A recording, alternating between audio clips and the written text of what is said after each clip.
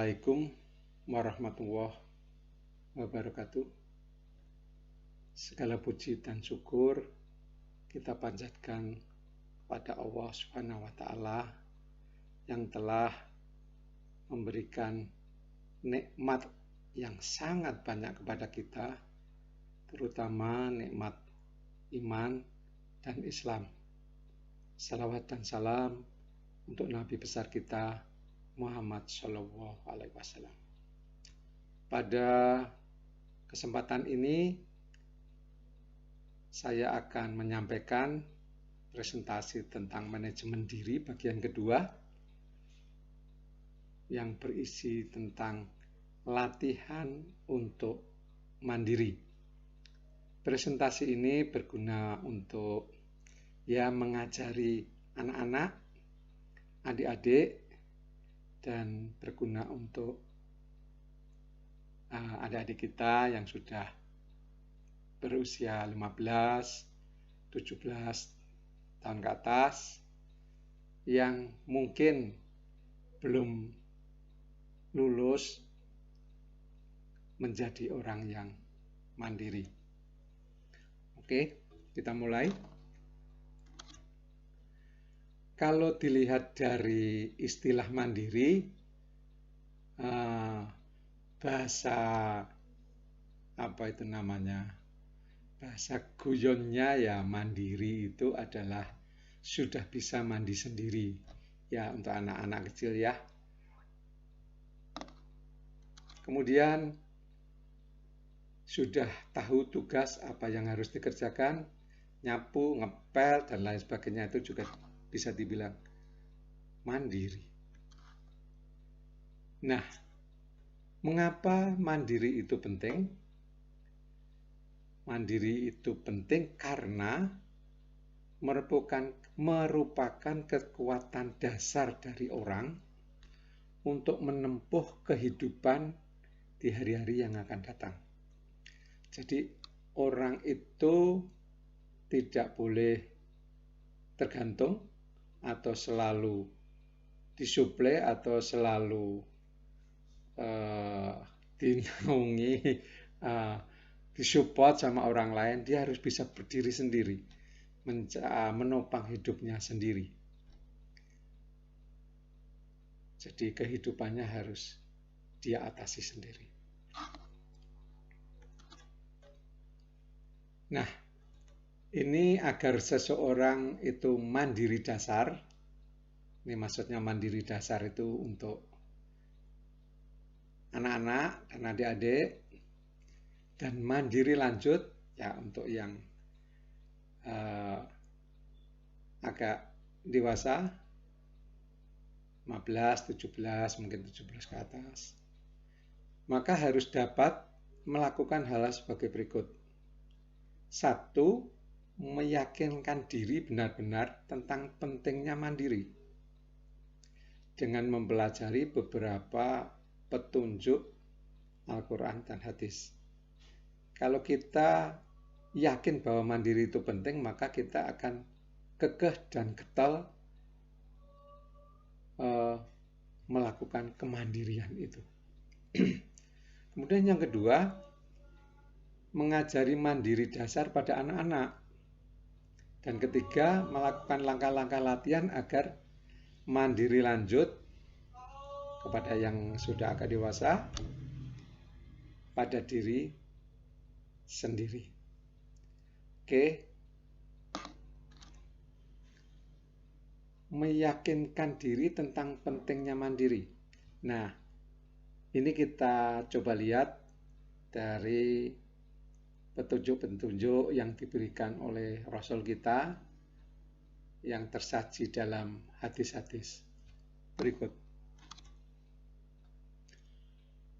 Rasulullah Shallallahu Alaihi Wasallam bersabda, sungguh pikulan seikat kayu bakar di atas punggung salah seorang kamu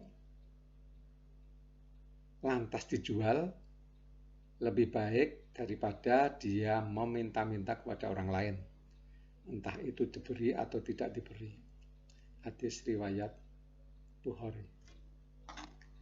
Kemudian Rasulullah juga bersabda, tiada sesuap pun makanan yang lebih baik dari makanan hasil jerih payahnya sendiri. Sungguh, Nabi Daud alaihissalam itu makan dari hasil keringatnya sendiri. Hadis riwayat Bukhari. Rasulullah SAW juga bersabda, demi sekiranya salah seorang dari kamu membawa tali dan pergi ke gunung untuk mencari kayu, kemudian dipikul ke pasar untuk dijual, dan dengan itu dapat menutup air mukanya. Maksudnya dari hasil itu dia bisa tidak menanggung malu. Maka yang demikian itu lebih baik daripada meminta-minta pada orang lain. Lebih baik mereka memberi atau menolak pemberian padanya. Hadis riwayat Bukhari. Rasulullah SAW juga bersabda, tangan di atas lebih baik dari tangan di bawah. Artinya yang memberi itu lebih baik daripada yang menerima. Dan dahulukan dalam bersedekah kepada orang yang menjadi tanggung jawabmu. Dan sebaik-baik sedekah adalah yang masih meninggalkan kekayaan. Dan siapa yang sopan, segan atau menjaga diri, Allah akan memelihara kehormatan dirinya. Dan barang siapa yang mencukupkan dengan kekayaan yang ada, Allah akan mencukupkannya. Muttafaq alaih. Nah, itulah hadis-hadis yang boleh kita katakan bahwa itu adalah mewajibkan kita untuk hidup mandiri. Jadi demikian pentingnya mandiri. Makanya kita harus bisa mandiri. Nah, marilah kita mengkaji mandiri dasar dulu. Mandiri dasar ini kepada anak-anak. Mandiri dasar itu adalah mengajari anak buang air kecil atau air besar di toilet. Lama-lama supaya ketika buang air kecil, air besar itu sendiri. Gak usah dibimbing sama orang tuanya. Kemudian mengajari untuk mandi sendiri. Ya mandiri ya sudah bisa mandi sendiri begitu kan. Oke, mengajari untuk berpakaian sendiri. 4. Mengajari kebebasan anak untuk memilih pakaiannya sendiri. 5. Mengajari anak untuk memakai sepatu sendiri. 6. Mengajari membersihkan dan menyimpan mainannya sendiri. 7. Mendidik anak untuk tidur di tempatnya sendiri. Kemudian mendidik anak untuk melipat selimut dan merapikan tempat tidurnya sendiri. Itulah kurang lebih contoh-contoh yang bisa ditanamkan kepada anak-anak kita agar mandiri. Tentunya ada hal-hal lain yang lebih dari ini yang perlu ditanamkan pada anak-anak supaya mereka mandiri. Kemudian ini, ya coba lihat ilustrasinya. Aku sudah bisa berpakaian sendiri. Hebat. Mainanku sudah aku beresin sendiri. Mantap. Aku bisa pakai sepatu sendiri. Hebat. Aku sudah bisa membersihkan tempat tidurku sendiri. Jos. Hebat ya, Dek.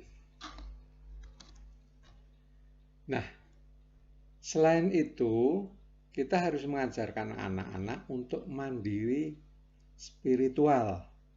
Artinya, mandiri yang berkaitan dengan agama. Pertama, harus mengenalkan segala sesuatu adalah ciptaan Allah. Jadi anak harus tahu bahwa rumput, bunga, daun, pohon, awan, dan lain-lain itu semuanya ciptaan Allah. Kemudian mengenalkan segala kenikmatan yang kita dapat adalah pemberian Allah. Jadi kalau kita misalkan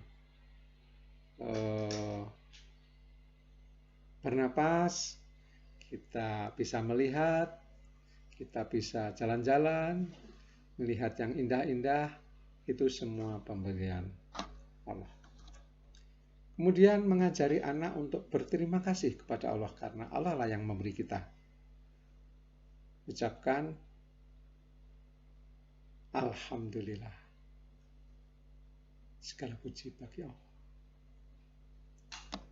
Kemudian mengajarkan bahwa semua saudara dan teman-teman adalah orang-orang yang baik. Jadi harus bergaul dengan mereka dengan baik-baik juga. Tidak boleh nakal, tidak boleh bertengkar, harus baik-baik, sopan, ceria, begitulah.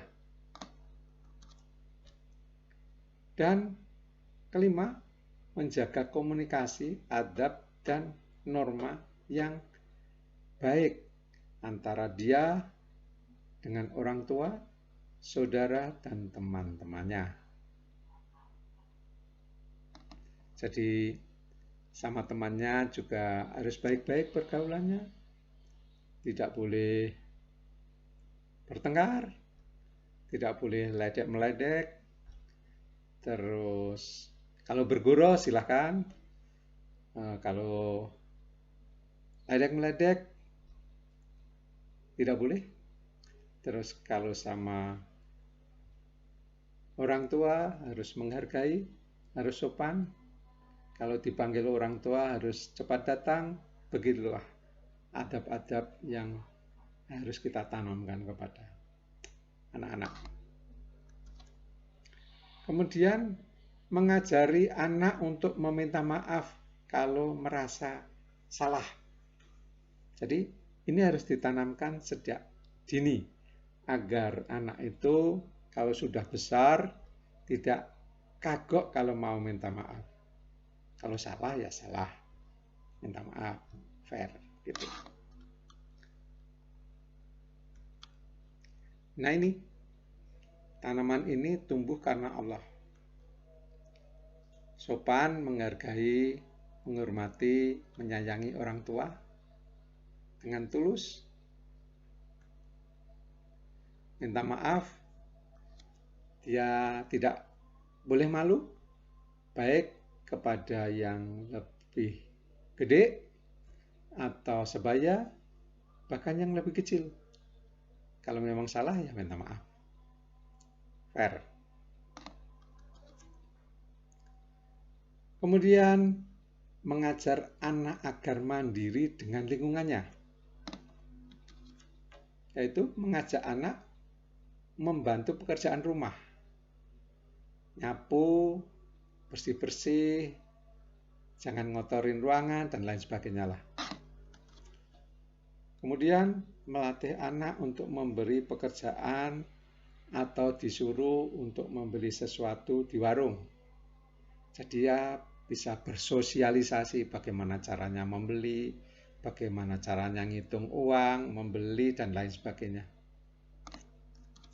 Kemudian mengajarkan menabung dan berhemat agar dia tidak boros, agar dia tidak jajan melulu. Kemudian yang keempat, membiasakan anak mengerjakan tugas sekolahnya sendiri. Baik dia membersihkan tasnya, mengumpulkan tugas-tugasnya, mengumpulkan buku, pensil, penggaris, dan lain sebagainya. Mengajarkan anak membuat jadwal hariannya sendiri. Habis pulang sekolah harus bagaimana? Harus makan dulu, istirahat, kemudian tidur, atau bagaimana? Terus kemudian main, kemudian habis itu mengerjakan PR, mandi, dan seterusnya. Dia harus bisa mengatur jadwal hariannya. 6. Mengajari anak untuk tolong-menolong. Ya, ini penting. Empati tolong-menolong harus ditanamkan sejak dini. 7. Memberikan pujian atas kemandirian yang dilakukan anak. Kalau anak itu dipuji atas kemandiriannya, tentunya dia sangat bangga dan getol melakukan itu. Ini sudah dapat membantu pekerjaan di rumah. Hebat. Aku menabung dan berhemat. Mantap. Tolong menolong. Hebat.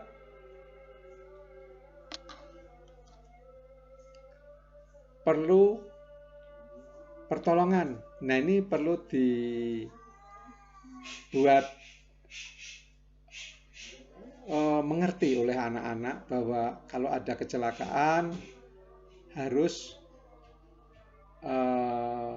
ditolong, walaupun dia belum bisa menolong, tapi minimal dia sudah ada rasa empati untuk menolong dalam hal ini. Oke. Terus kemudian melakukan langkah-langkah latihan agar mandiri lanjut. Ini kalau yang tadi untuk anak-anak sudah, sekarang yang lanjut untuk yang ya 15, 17 atau lebih yang sudah dewasa lah. Biasanya orang dewasa dikatakan mandiri lanjut bila mempunyai kemampuan antara lain. 1. Berusaha berinisiatif dalam segala hal. 2. Mengerjakan tugas yang diembannya. Ini bagi yang sudah berusia 15-17 ini harus sudah mampu ini. Dia berinisiatif untuk menyelesaikan segala sesuatu. Direka-reka, diusahakan bagaimana supaya lebih efektif, efisien, dan lebih mudah. Jangan sampai pekerjaan-pekerjaan itu menyulitkan, harus berkreatif, berinisiatif. Terus kemudian mengerjakan tugas yang diembannya. Jangan tugas itu untuk dikasihkan ke orang lain. Minta tolong yang ini, yang itu. Dia tenang-tenang aja, nanti tinggal ngumpulkan aja. Nggak bisa itu. Harus bisa mengerjakan tugasnya sendiri dan menyelesaikannya sendiri. Itu yang namanya mandiri. Terus berbuat jujur dan benar sesuai hak dan kewajibannya. 6. Berpikir secara kritis, kreatif, dan inovatif. Jadi berkembang ini ya. Tidak hanya sekedar dia mengikut aja, tapi kembangkan pikiran-pikiran kritis, kreatif, inovatif.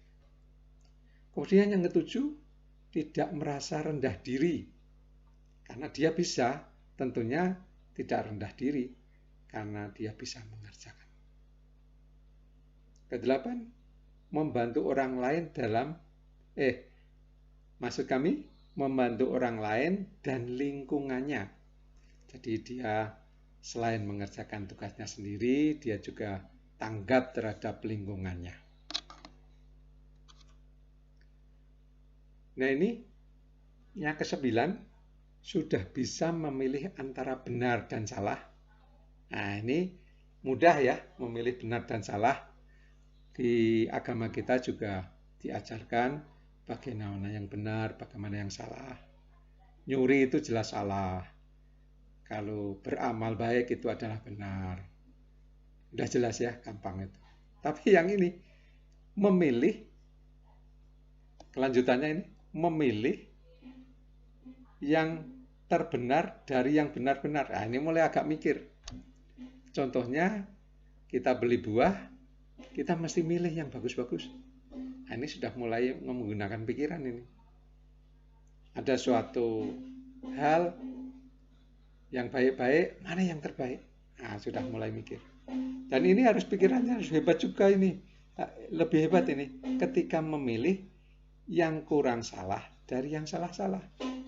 Wah, ini menjadi sesuatu yang harus jernih ini ketika memilih ini.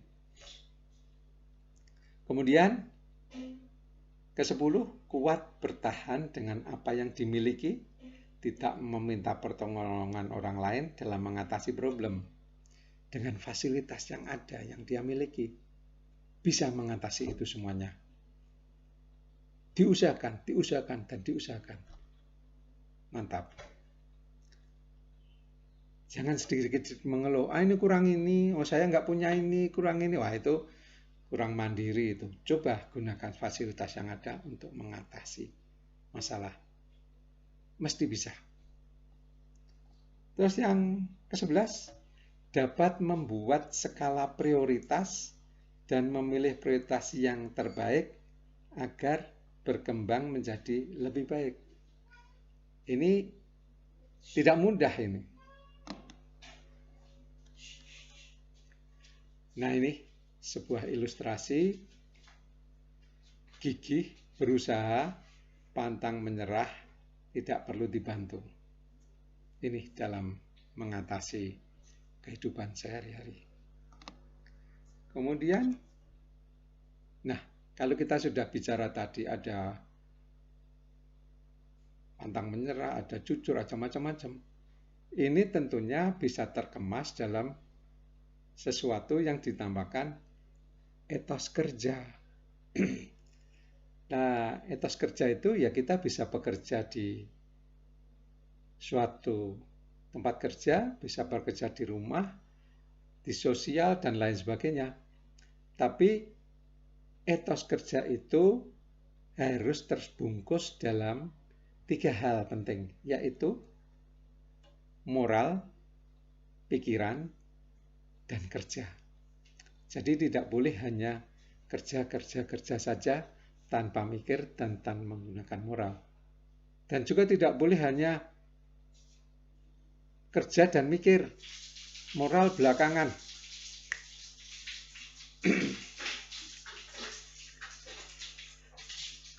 Jadi harus tiga-tiganya ada. Ada moral, ada bisa mikir, dan bisa bekerja. Tiga-tiganya itu menjadi sebuah kesatuan. Nah ini kreatif dan inovatif. Dengan kreatif dan inovatif kita akan mempermudah kerja kita.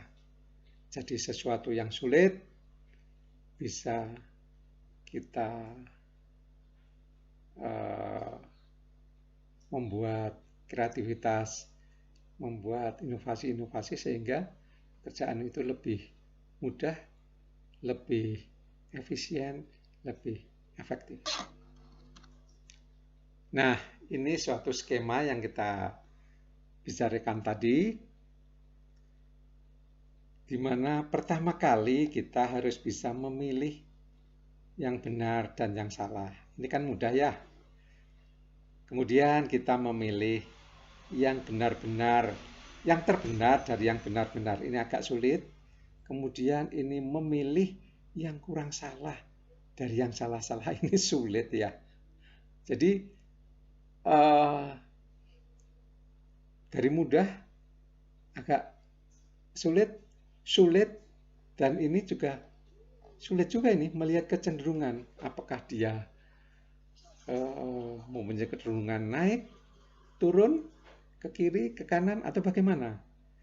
Maka dari ketiga hal ini kita tentunya akan menentukan kebijakan kerja kita. Jadi tiga ilmu atau tiga hal ini kita tentukan kebijakan kerja kita harus bagaimana. Maka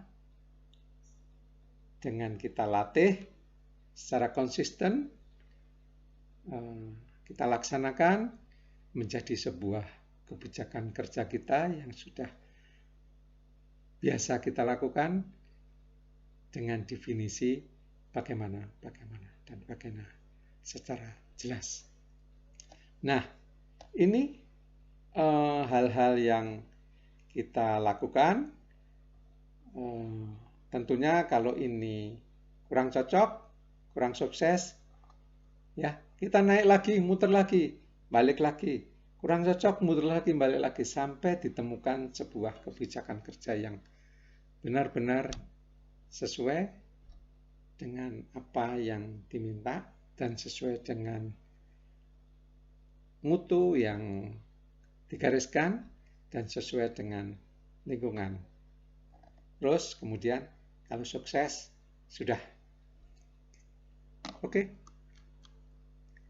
Nah, kalau ini adalah menyusun prioritas. Ini gampang-gampang susah. Yang sudah kita jelaskan tadi, kita harus bisa menyusun prioritas dan kita bisa mengambil keputusan dari prioritas itu sehingga menghasilkan sesuatu yang efektif, efisien, dan baik. Bisa kita lihat dalam gambar ini. Kita lihat ada dua parameter di sini, yaitu parameter penting dan ini parameter mendesak. Penting maksudnya ya penting untuk dilakukan, penting untuk dikerjakan. Misalkan tugas ini harus jadi, itu penting. Tapi maaf, ini ada kata-kata mendesak. Mendesak beda dengan penting.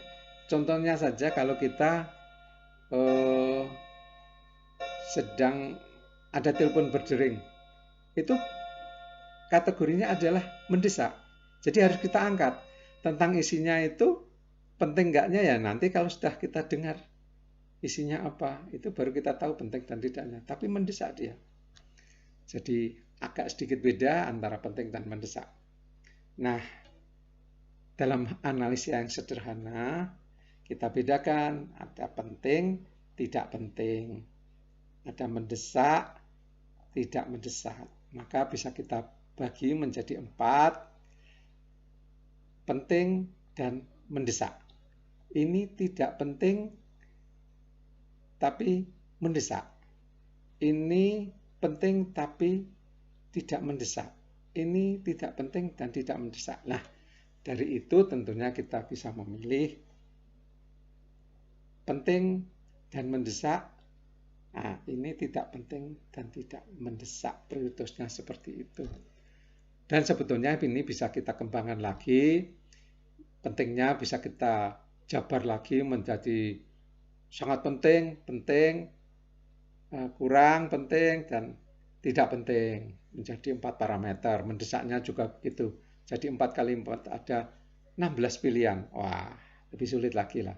Tapi itu kurang lebih gambarannya seperti itu. Dengan cara analisa seperti itu kita akan menjadi lebih baik dan lebih efisien. Kemudian yang paling hebat sekarang adalah melakukan langkah-langkah agar mandiri advance. Nah, ini mandiri yang lanjut sangat tinggi ya. Itu harus kita lakukan bagi yang sudah dewasa ini ya.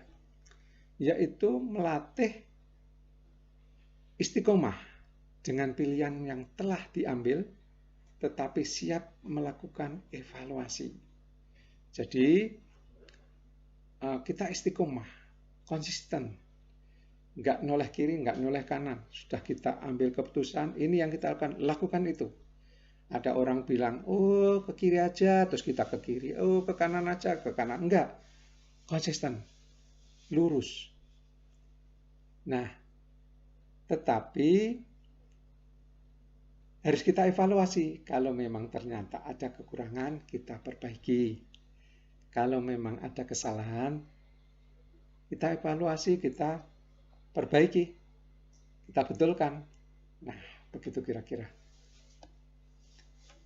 Kemudian yang kedua, setelah kita gigih mengusahakan usaha kita yang kita pilih, kemudian yang terakhir kita serahkan kepada ketetapan Allah Subhanahu wa Ta'ala. Kita harus gigih, kita harus berjuang, pantang menyerah, tidak nengok kiri, nengok kanan, lurus saja, tetapi hasil akhirnya Allah yang menentukan. Kita berserah diri, apapun yang terjadi, kita harus tetap tersenyum. Itu yang harus kita lakukan pada langkah-langkah orang yang mandiri. Nah, ini ilustrasinya kurang lebih. Aku dapat dan telah mengambil keputusan dengan pertimbangan yang matang dari beberapa aspek.